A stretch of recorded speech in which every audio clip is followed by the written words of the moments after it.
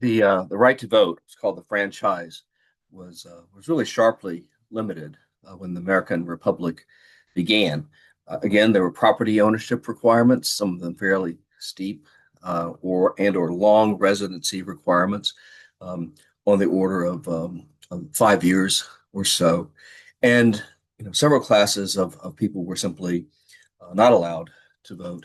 In most cases, African Americans, even those who were free and who had had significant amounts of property. Women were not allowed to vote, except in New Jersey. If you were a woman and you chanced to be a substantial property holder, then you met the qualifications to vote. But this was unusual and actually kind of a temporary arrangement, even in New Jersey. And it was unusual enough that somebody decided at some point that this needed to be illustrated. And what you've got is sort of this kind of freak show where you have one woman who is coming up to cast a ballot, and lots of other people who are looking on, varying degrees of sort of excitement or horror or somewhere in between. I mean, even the dog is a little surprised that this phenomenon is occurring. And I'd like you to take a look at something else too while we're here. Notice that the ballot that she is about to cast is is an open ballot. It's available for anybody to see, and this remained the case for quite a long period in the United States until they adopted the secret ballot, what was then called the Australian ballot. And I think that was toward the end of the 19th century. In terms of the first union, and I'm talking about the Articles of Confederation arrangement, it was really built around the states. Every state had a written constitution. The British had a constitution, but it was unwritten. It was sort of like a fabric of important laws and norms that were kind of understood, but never written down the way that was done in American life. And one of the reasons why there was opposition at just about every level to creating a stronger uh, national government is that is that history had indicated pretty strongly that republics didn't work. And political philosophers who had looked at republics and looked at the ones that were the most viable, leaving aside the Roman Republic and looking at later republics, what they settled upon, and in terms of the logic of the case as well, is that republics, since they're held together from below, and since those citizens who are going to be trusted with the vote were supposed to look beyond their narrow self-interest and beyond the interest of their family and their immediate community to that of the commonwealth, the political um, community itself.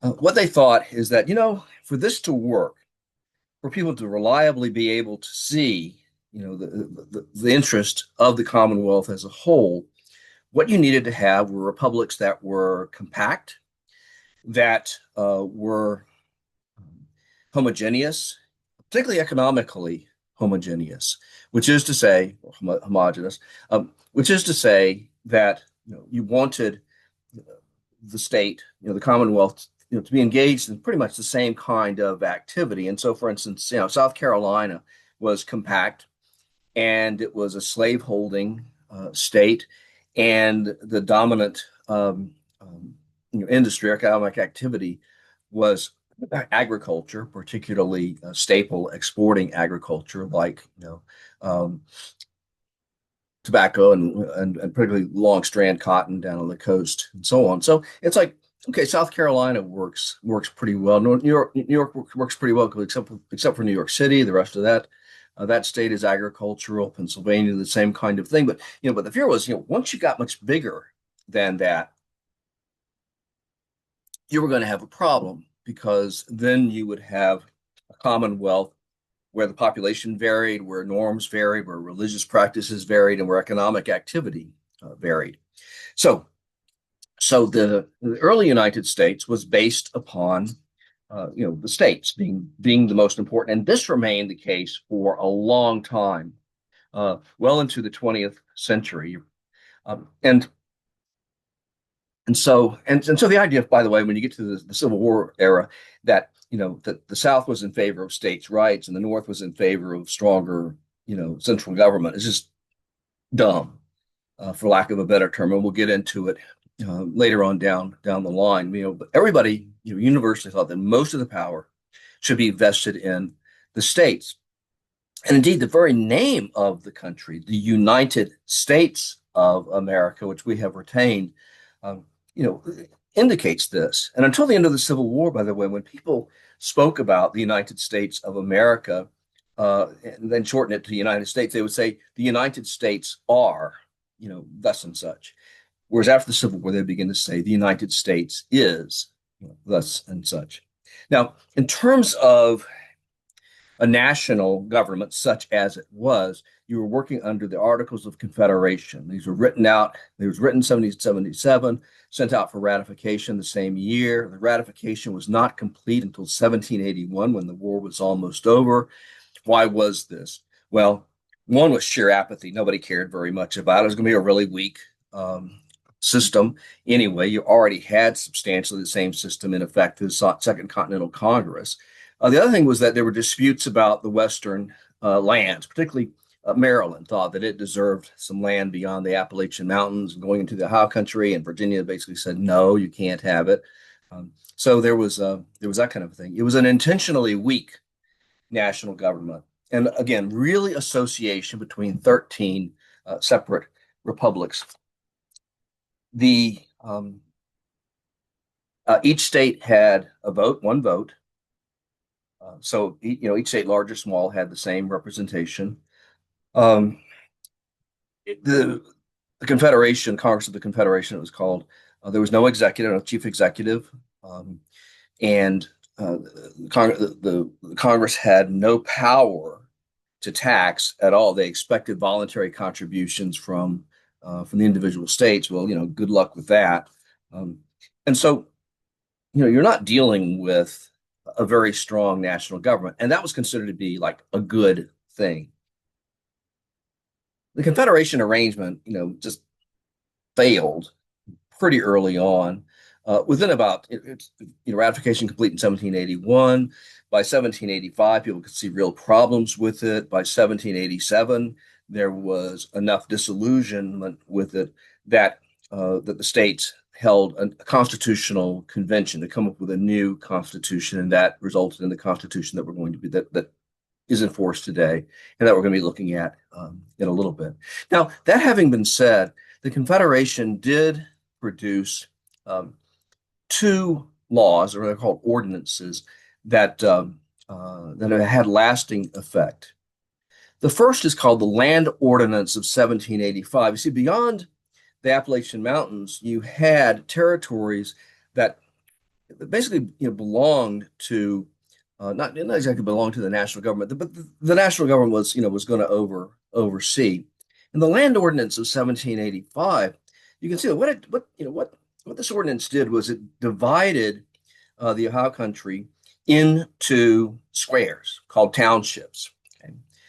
And why was this? Well, it was to create an orderly arrangement, an orderly administrative arrangement, so that when people bought land, they knew where to go to have the deed registered, and so on. Because otherwise you had like different people saying, "Well, I own this land," and so forth. So you needed to have an administrative ability to control who owned what land. And if you look at the way this was done, the townships, you'll notice that it was divided into 36 square miles, right? 6 times 6 squares, and you can notice down in the lower right hand corner that within that you had half sections of 320 acres, quarter sections 180 acres, 160 acres, sorry, half quarter sections 80 acres, and and so on, and even below that, quarter sections, 40 acres. So you could buy land in any of those parts, and sometimes people bought individual land, but usually you would have sort of a land speculation company that would buy a lot of land and then sell it off individually. And you can make a decent amount of money, doing that. So, so that's one thing that's important. It's sort of this orderly administration arrangement. And if you look at states like Ohio and Indiana that are relatively flat, what you'll see is like you can still see that kind of gridiron pattern even today if you look at the road network and so forth. Now look down at again the square, and you're looking at the rest of the township, and you notice that um, that what section 16 is is differently colored. Well, what that is when that land gets sold within the township, the proceeds go to the support of public schools. And you say, well, what's unusual about that? Well, it's because public schools were unusual in this era. If you had money, if you were reasonably wealthy or whatever, you could send your kids to school, but it would be a private school that you paid for. This, is a long step in the direction of creating a public school system, although you really don't get public school education as we know it today until later on, or until the 1830s or thereabouts, and then mostly in the northern states. The southern states kind of lag behind on that. Then you have the Northwest Ordinance of 1787. And this provided for a new structure for the Northwest Territory. This is a big chunk of the land that by mutual arrangement that the United States acquired from Great Britain after the Revolutionary War.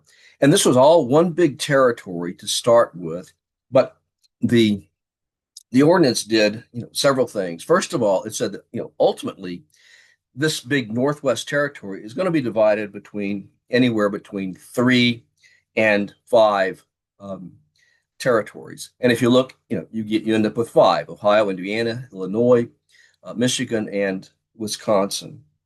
And initially, when these territories were created, the ordinance said it would be ruled by a governor, a secretary, and 3 judges. They would be in charge. Then, when the population reached 5,000, and he reached the 5,000 threshold pretty promptly in Ohio. It took a little bit longer in other places. Then voters who owned property, again, could elect an assembly that was subject, though, to the governor's absolute veto. If the governor vetoed a piece of legislation, there was no way to override the veto. Then, when the population reached 60,000, it could write a constitution. Okay, and the Constitution had to provide for Republican government. You couldn't have like a king of Ohio or anything. And then so they'd write a constitution, and then they would petition for statehood. That was the arrangement. And then the Northwest Ordinance also guaranteed basic civil rights and prohibited slavery. And you might think, well, wow, what a great humanitarian thing to prohibit slavery, in these territories. What a striking blow for human freedom. Well, not so much.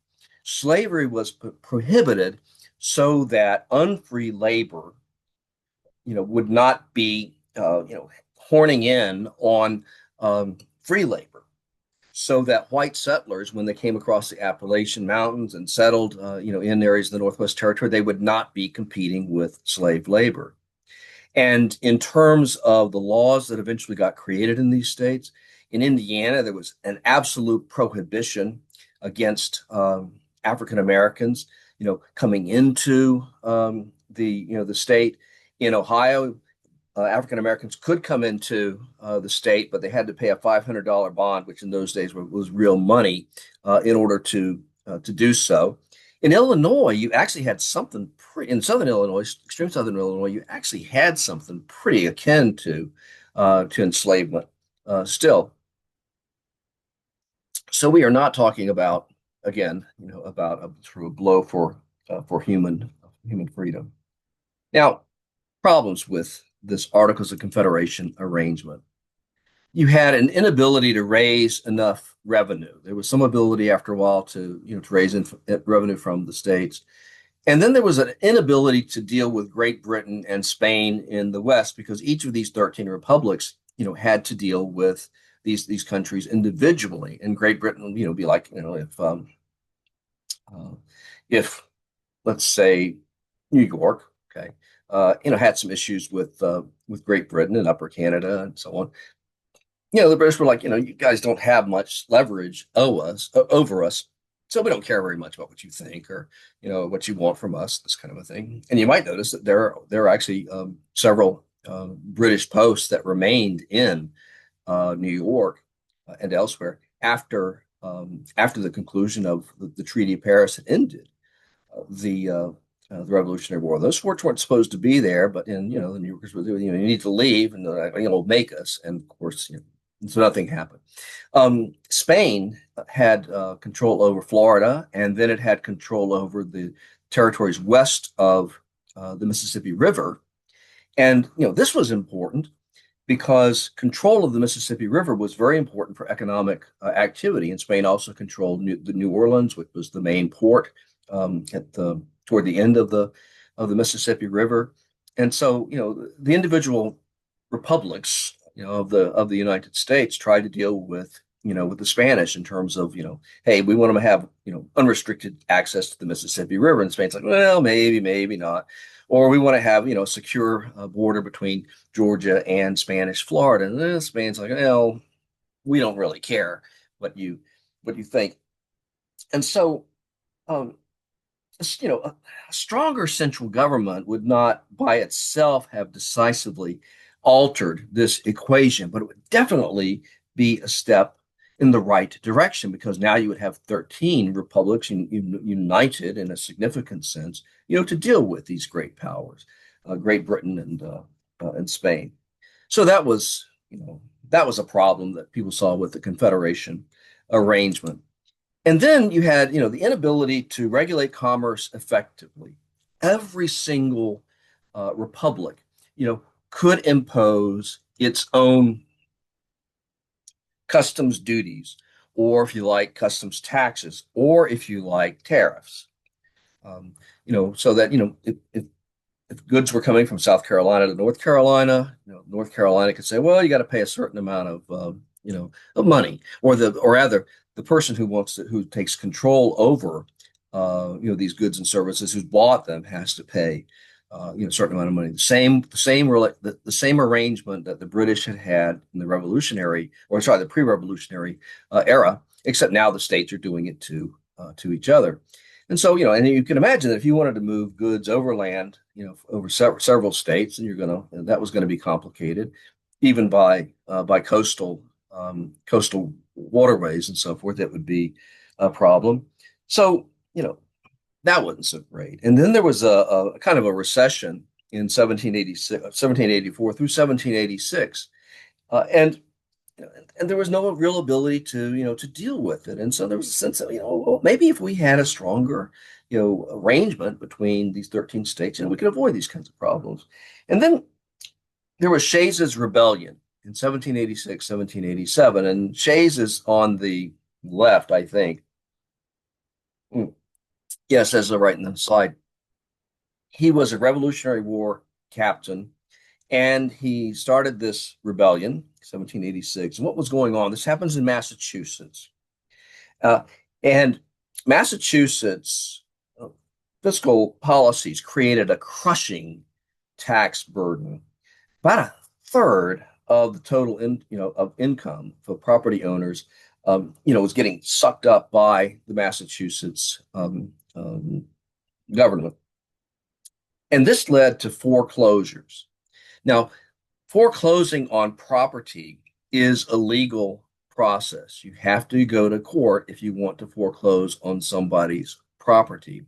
So what Shays's rebellion did, and this is mostly in western communities of Massachusetts, was they tried to prevent these foreclosures by shutting down the courts. It's a legal proceeding. If the courts aren't in operation, then this legal proceeding cannot happen. The foreclosures can't happen, and so on. And it was a pretty minor affair taken on the whole, but the implications were major. And the public in republics in states beyond Massachusetts were jolted by the fact that this thing had happened at all, and by the fact that it really threatened to get quite serious for a time. And the Massachusetts all by itself had real trouble gathering gathering the funds necessary to put down this rebellion. When once the militia goes into action, you got to pay for it. You got to pay for its supplies. You got to pay for its transportation and so forth. Massachusetts appealed to the Congress of the Confederation for help. Congress of the Confederation was helpless, couldn't provide any assistance.